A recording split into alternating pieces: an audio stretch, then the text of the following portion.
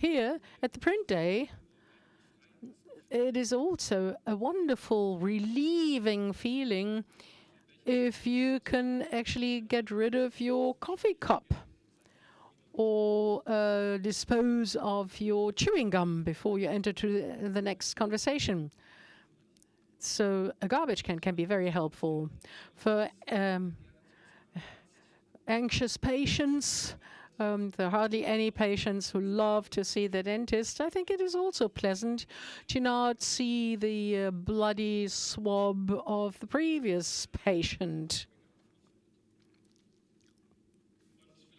And maybe the garbage can also has to do with a sense of freedom and rebellion. Just remember our early days when we had our first cigarette and we were able to dispose of this cigarette in this garbage can. Remember the ones with the little grills to extinguish the cigarette. And last but not least, the last example. In our kitchen at home, if we unfold creatively with food, then we do not want the onion skins to end up in our stew, do we? And this is why we make use of a garbage can. We have set out to make work efficient with product data, but also make it effective with product data. We want to stage products. So we want to stage product data, and this works very well when supported by AI. Our product data value chain was presented 18 months ago at the previous print day. It's a concept that we have further fine-tuned over the past 18 months, and we found that it is really relevant. Because the challenge that you all face in your companies are basically always the same. Data must be introduced into systems, enriched, there must be structures for data, and data should, of course, also be headed in the right direction. And this means to the end users. All of this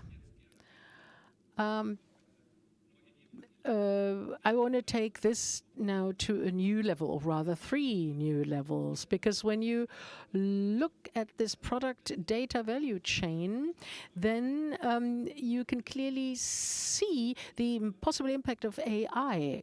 It can impact content. This is perfectly clear. This is one level. This is what the customer, the user finally sees. And this convinces him or her to buy or not to buy the product. But also processes are impacted. They can be made more efficient. And this is closely dovetailed with the systemic images where we have a mapping of the processes. I've brought along a number of examples. Attribution, AI can help us. Probably you've tried it out. You've asked ChatGPT a question. Then processes can be made much more efficient if you use AI to map suppliers or vendor data, because manufacturers and dealers always face the challenge that the formats not always fit perfectly. And I've brought another example, which is very illustrative. It is also about making the most of product data. We can use a database with a smart digitalization that succeeds in extracting data from PDFs. Whenever you've tried to do it, it's not that easy to do. But it may well be that suppliers do not even deliver so much data, the data that you would want to have with your product images. Just take this shirt as an example. Does it feature 2 buttons? Is it a double cuff maybe? And this probably is not featured in the data set, but an AI that knows and understands and reads images, has image recognition, maybe detects this and extracts more data. This allows us to describe our products better, and we're more convincing. In the other steps, AI also plays an important role. I don't think I have to talk about translations using Deep L or other tools. We can have content generated, product data can be clustered using AI, classified, then sets of attributes can be made. Have you ever tried this? To just enter a product into ChatGPT and ask, give me a set of data. Has this worked out? It has worked. Comment off the mic. Great. So you've embedded it in your own software. So this is really the next step.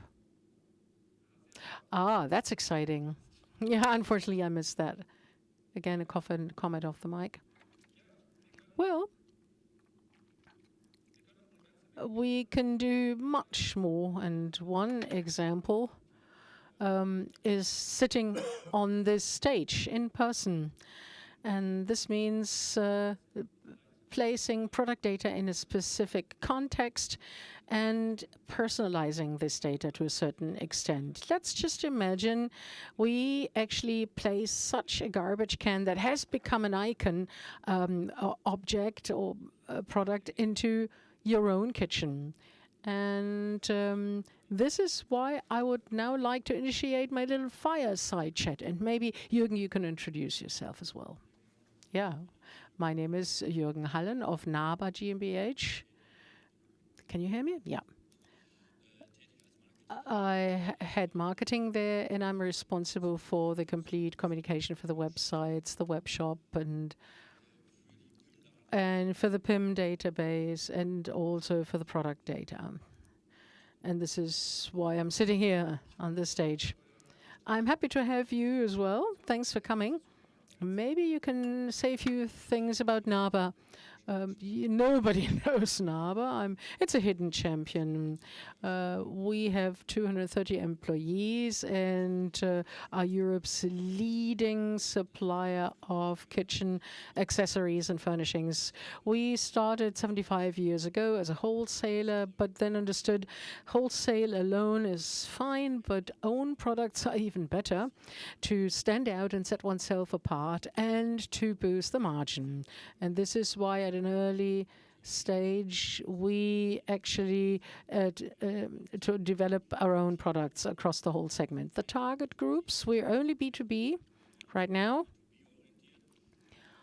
and I'll talk about this a little later. The target groups are kitchen studios, furniture stores, furniture industry, appliance manufacturers. With Naber to the perfect kitchen, this is our slogan. You can see the various product groups. So we offer roughly 5,000 different products to make kitchens what they should be, the central hub for the family in a home, for not only cooking, but also celebrating parties, for getting together. And we offer the product range to personalize this room. Yeah, the product data value chain from onboarding of product data to the export and the target touch points was described. Can you describe this in your company? Well, we've gone through quite a journey already. In 2015, we started with our in-house developed PIM database. Then in 2017, it went live. This has automated many things, simplified many things, but we came up against limits very quickly. In 2021, we got to know each other. I think 2020, it was during the pandemic, yeah. And we said we have to replace it by another tool because we come from a rural area, from a province, so to speak, and it's very hard to attract developers. It had never worked for us, and to minimize risk, we started cooperating with hmmh to actually build the customer database.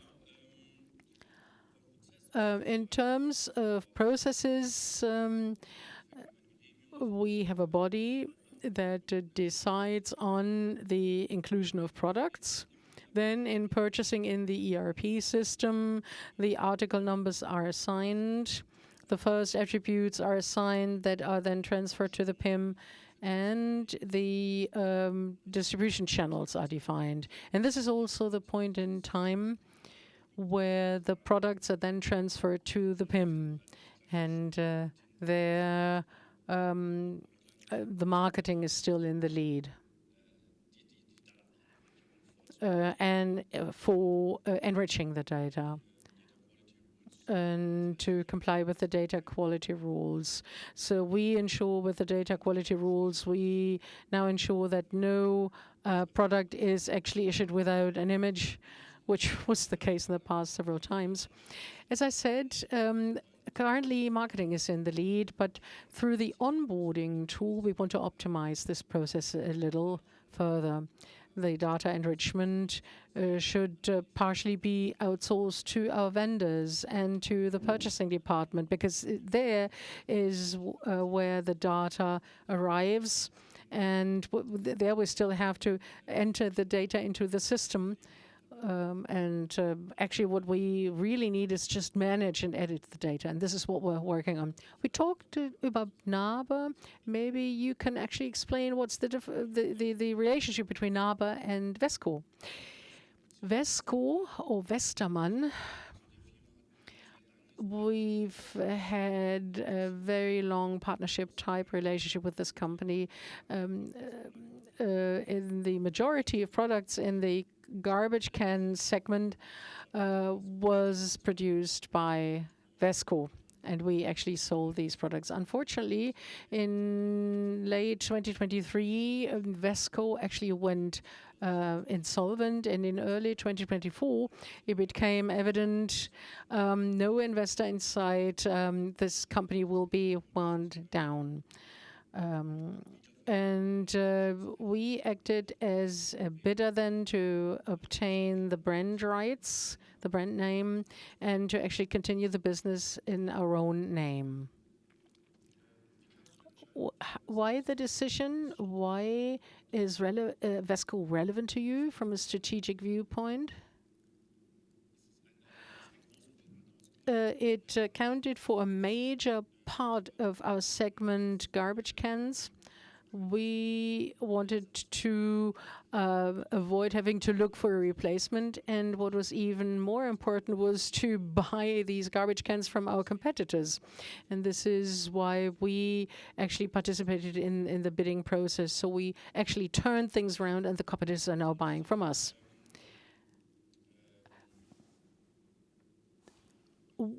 Well, as I said, we wanted to ensure availability. The built-in garbage cans, we saw the kitchen before. Everything that disappears behind a front door is referred to as an integrated garbage can. And so the freestanding garbage cans are another segment. So this was part of the deal to take this over. We thought for a long time, we'll sell it, do we take it over? And then we decided to continue the business. And both the household appliances, the standalone garbage cans, and the built-in garbage cans were kept. And they actually were a perfect fit for our product portfolio. This was a long process. Which steps did you take to make WESCO products saleable? Could you comment on this again? I thought about this and I tried to remember. It was very interesting. You do not experience such a company takeover very often.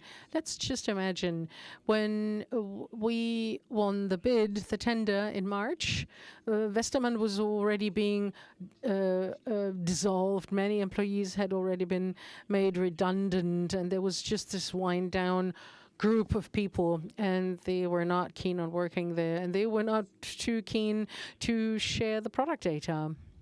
It was like a crime story. It was a private investigator's job. When we came to Arnsberg and saw the site, do you have a PIM database? Where do you have the data? Do you have social media channels? What's on your servers? So we were able to use various data sources to secure about 1 terabyte of data. And then we had to browse this data. Then they went insolvent for a reason. We had to streamline the product portfolio. And when we had created the ERP database and then transferred it to the PIM system, it was up to us to aggregate and edit the data sources and prepare them for the Naber University, and then to import the data. It sounds easy now, but it was so much work over the past few months.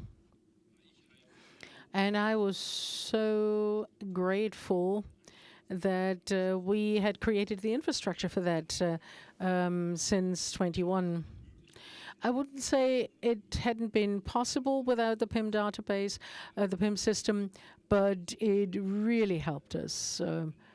And it really enabled us to actually export the products into the right channels and make them available for our customers again. In March, we knew we bought it. In June,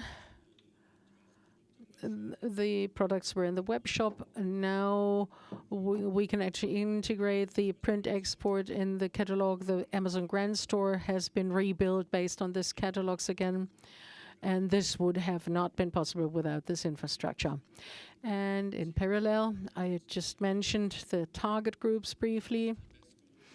WESCO also had a B2C shop, a very successful B2C web store. And we said, yeah, we'll continue operating it by ourselves. And now we're busy with hmmh teams to reactivate it, creating the interface with the fulfillment service provider, with the PIM system, etc.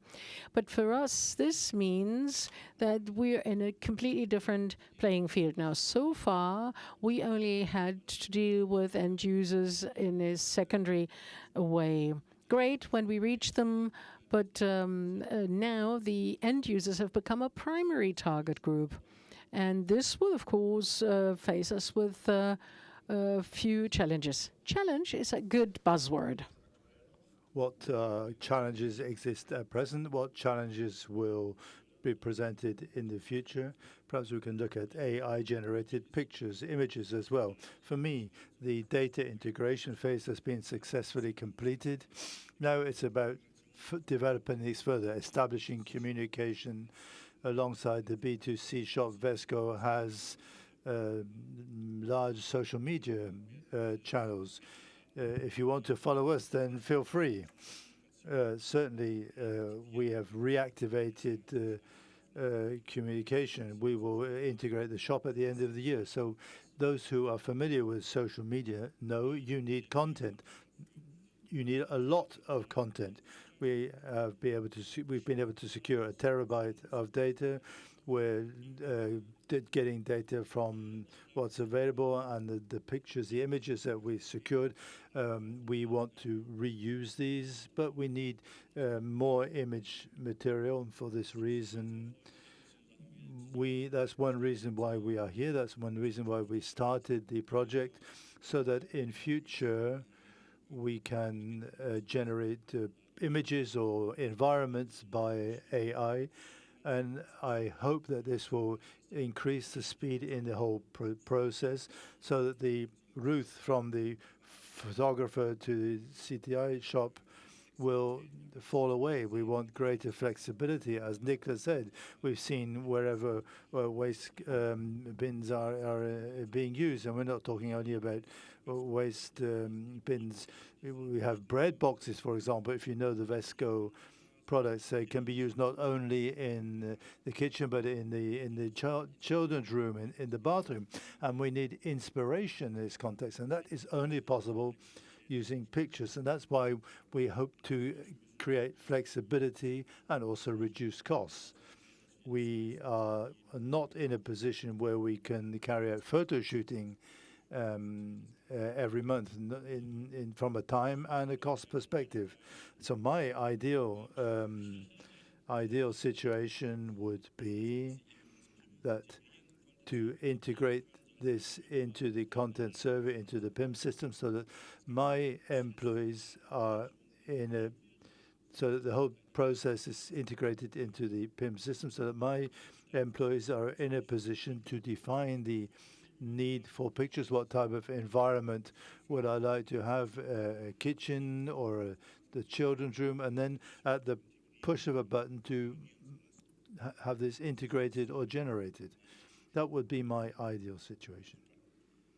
Okay, thank you very much, Jürgen. Now, I would like to talk about the project to date and see where we started from and the route that we've taken. Okay, I think we've gained a good overview of the challenge faced by Naber with WESCO, and we proceeded according to a three-stage approach. We carried out a proof of concept. We had a relatively low amount of existing media, which we could use to put the existing waste bins into new environments. This is a picture that was created quite early on in the procedure. We can see the red waste bin on the left-hand side next to a kitchen where we used our tool to integrate the waste bin into the environment. There was a proof of concept based on a low number of standalone pictures of this waste bin, and I think given the low effort required, the result is not that bad. Status quo. What did we do to further improve the product, the result? We trained a LoRa, low-ranking adaptation. So we had a model which includes all the internet knowledge. So this is fed into media, which knows what a waste bin looks like, but not necessarily a WESCO bin. We put this into the system so that we can show people this is what the WESCO waste bin looks like. And using this model, we are now in a position to achieve a much better result, in particular in terms of shadow and if you look, you can also see the logo clearly. AI still has problems in this respect, so text and logos remain a challenge. Here, we would have the possibility of training the LoRa, especially for the logo, in order to show the model what the WESCO logo looks like, the logo that is to be attached to the bin. So what lies in the future? The next step to achieve even better results would be to work with 3D models. At WESCO, we have 3D models, which we are currently working with, so that in the future, we can use these 3D models and the information from the images and possibly other information like color codes that we enter into the PIM from the image creation, and use these to achieve even better results. In a generated or shot kitchen, the AI does not know the relationship between size of the waste bin and the kitchen. So we would need to put a mask in the kitchen to say where the bin needs to be. And if I make the mask a bit bigger, then the waste bin could grow by 20 centimeters as well. That's not the objective. So that's why we work with 3D models. We create pictures of kitchens. We can generate new environments, and in these milieus with the AI knowledge, example knowledge of the height of the bin, we can integrate the picture with the correct height and other dimensions. We were using this with a major German automobile company where we take existing models of German cars and show them on the motorway. We show the 3D model next to the vehicle or on terrain. So that's the three-stage approach which we've implemented in order to achieve the best possible results content for the target channels with a relatively low work effort compared to shootings. The first step on the basis of 1 or 2 photos, the second step on the basis of LoRa's, i.e. the additional models which we use to train the AI, and then thirdly on the basis of 3D models. If there is any interest among the audience for more detail, please approach us. Here is a QR code concerning our AI reality check, which will give you additional information to show you what is possible, what challenges we are facing, and where we can improve. Otherwise, I thank you for your attention here.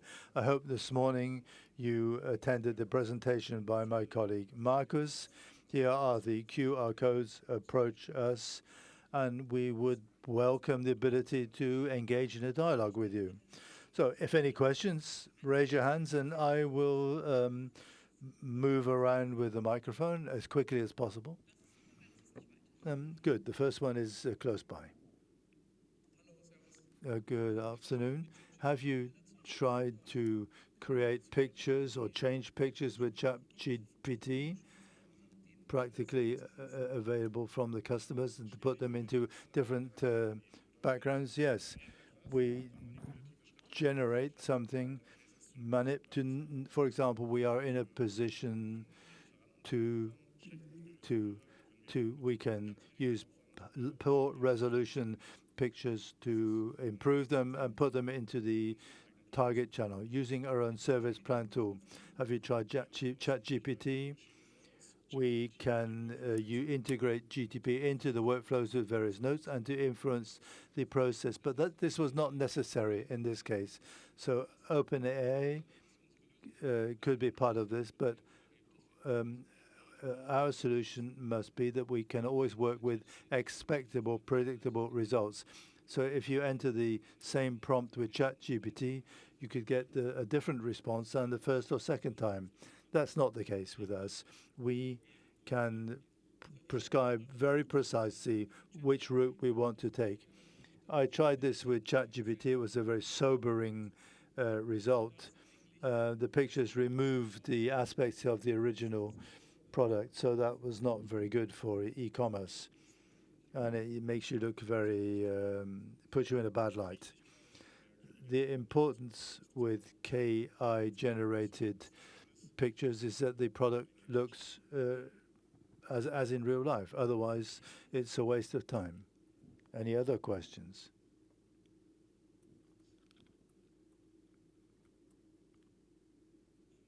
My question refers to 3D models. In the furniture industry, digital twin is a very upcoming topic, and we try to create content based on AI and 3D models. So my question is, do you model these 3D models yourself? And what formats do they have? Is it USD or FBX, or what are the requirements that you have in terms of working with AI? I think as of today, we do not generate any 3D models ourselves. I think we're working on this on the basis of generating pictures with 3D models. I'm not sure about the formats. I think that's probably in the direction of USD. In the ideal case, these 3D models already exist, and on that, and we try to produce product pictures on this basis. 3D models are not really our focus. We gladly use them if they are available, if they offer what we are looking for.